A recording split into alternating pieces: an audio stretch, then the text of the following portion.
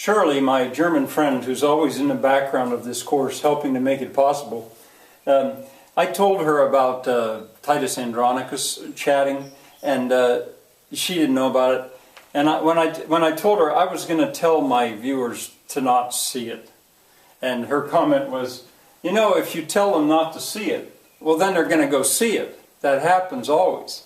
And I said to her, well, then they'll maybe learn that they ought to do what I said, because I'm not so sure.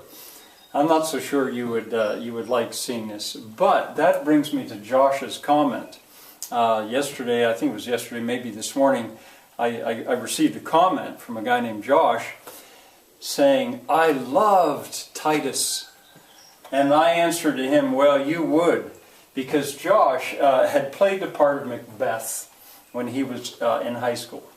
And he had done a wonderful job of Macbeth. And Macbeth is a dark, dark play full of murder. And he did a wonderful job.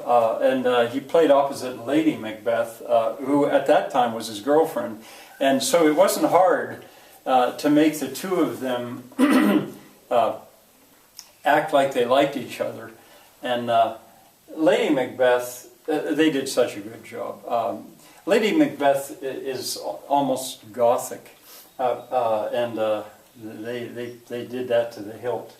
I'll tell the story in a little bit, but she is probably the most evil woman character that Shakespeare ever created. I've heard that before, and it's probably true. She's more evil than Macbeth. It's like Macbeth has a conscience, not Lady Macbeth. But she's usually portrayed as being evil, but being sexy.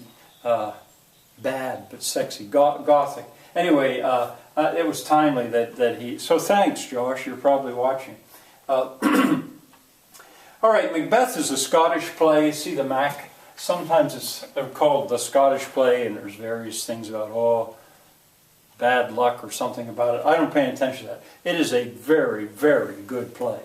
It's Shakespeare's shortest tragedy, which might be one of the reasons that it's used in school. Often high school seniors will read Macbeth. That's when I read Macbeth. The poetry is just as good as it gets, even though the story is so dark. At the opening of it, Macbeth is a warrior. He's out on the heath, like the swamps, with a friend named Banquo, and some witches appear, and they say, or one of them, no, he said, so foul and fair a day I have not seen. I think it opens with those words. They're coming back from battle, but anyway, these witches appear, and they hail Macbeth. They greet him, and they hail him three ways. All hail Thane of Cawdor, and then Thane of Glamis, and then King hereafter. Well, that puzzles Macbeth, because I think, I might get these mixed up, but I think he is at that point the Thane of Cawdor, but not Glamis. Thane means chieftain, but not Glamis. And what's this king? And they hail Banquo and call Banquo, say Banquo, whose children shall be kings, or something like that. And then the witches disappear. The witches are everybody likes to be the witches whenever we perform this. Well, King Duncan, he's the king of Scotland at the time, and shortly after that, he gets word from King Duncan that one of those thanes, I'm going to say is Glamis, but I might have it wrong, was a traitor. He was executed, and now they're giving his land to Macbeth. So here Macbeth became Thane of Glamis. And that gets him thinking, do you suppose I'm going to be king hereafter? That came true, what the weird sisters, the witches, the weird sisters said. Then Macbeth writes home to his wife about this, and his wife loves the idea that her husband will be king. But she worries. Here's a quote. She says, "You are too full of the milk of human kindness to catch the closest way, or the nearest way." Well, the king, Duncan, is going to come to their castle for a visit. And when he comes there, they murder him. Macbeth couldn't have done it, except Lady Macbeth calls him a coward. "Unsex me now," she says, as she, I don't know, goes in to urge him on to do it. I'm not going to tell this whole story in detail, but when he kills the king, blood goes everywhere, and he's horrified, and he comes back out, and he has the daggers with him still, and she says, "You got to take them back," and he says, "I'm not going back in there." So she takes him back in, but she gets blood on her hands. And for the rest of the play, she starts to flip out. She can't get the blood off. Here's a quote: "Yet there's a spot, out, damn spot." I tell the kids they could say that when they're washing dishes and say, "Oh, I'm just quoting Shakespeare." But anyway, and Macbeth, from that point on, does not get a good night's sleep. He just becomes drained. And the poetry dealing with sleeplessness, sleep that knits up the raveled sleeve of care. He's deprived of it. I mean, I don't have time in this course to have you read this play or see a version of it. Let's see, Macduff.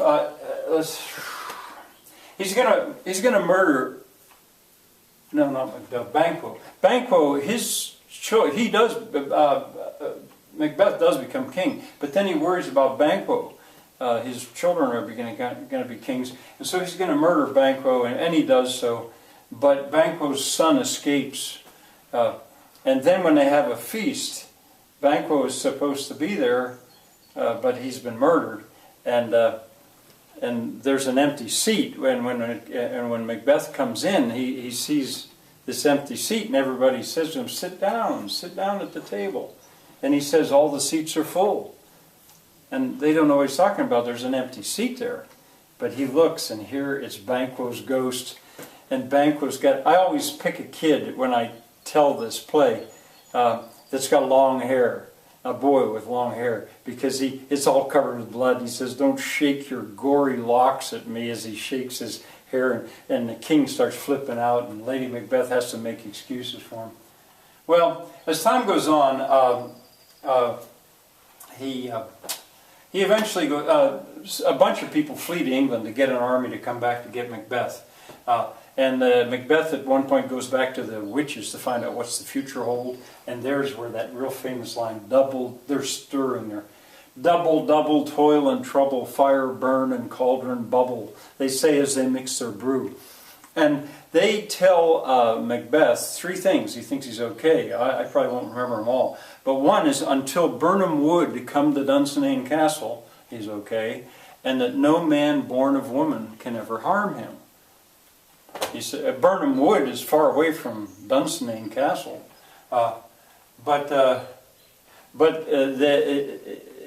Gradually people desert him.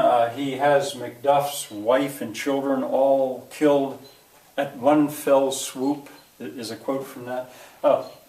An army comes against him, and very few people are still with him, and a watchman looks and shouts down, "The woods are moving." And you know, Macbeth is a great warrior, and he's brave pretty much to the end. But he says, "What do you mean?" And he goes up and looks, and here come the trees. Well, the army that Macduff and others have raised to come against them have cut down trees, and they're carrying them in front of the army so that Macbeth can't see how many they are.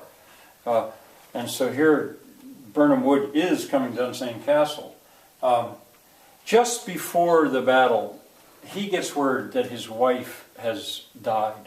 She flips out, jumps off a cliff, and when he gets that word, there is this amazing speech that begins, "She should have died hereafter. There would have been a time for such a word."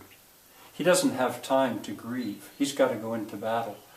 Tomorrow and tomorrow and tomorrow creeps in its petty pace from day to day to the last syllable of recorded time. Out, out, brief candle. Life's but a walking shadow, a poor player that struts and frets his time upon the stage and then is heard no more. Full of sound and fury, signifying nothing. These are famous lines, famous quotes, and the poetry is just so good. Well, in the final battle, he ends up going up against Macduff, and Macbeth says, give up, basically give up, Macduff. No man born of woman can harm me. Macduff basically says, well, then you're a goner, because I was from my mother's womb untimely ripped. He was born by cesarean section. His mother died just before he was born. So technically he was not born of a woman. He was born of a corpse. And Macbeth realizes that the witches had tricked him, but he's still brave to the end. He says,